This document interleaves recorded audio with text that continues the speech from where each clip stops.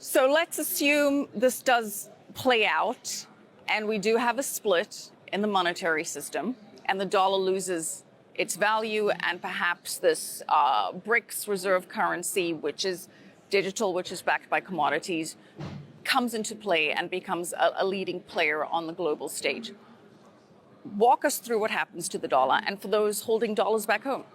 Yeah, I think at that point, you have a wave of dollar selling. Every country on the planet, nearly 85% of all oil sales have been in dollars for, the last 50 years, if not more.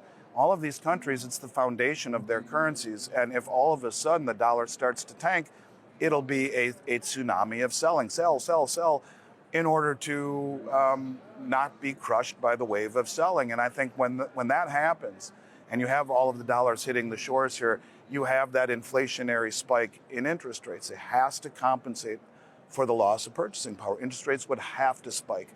And when I started in this industry, stocks and bonds were inversely correlated to one another. It was called risk on and risk off. And when you realize that they are now positively correlated to one another because interest rates have been driven so low, a spike in interest rates cripples both the bond and the stock market and, of course, the real estate market. The pillars of wealth in the United States center around stocks, bonds, and real estate.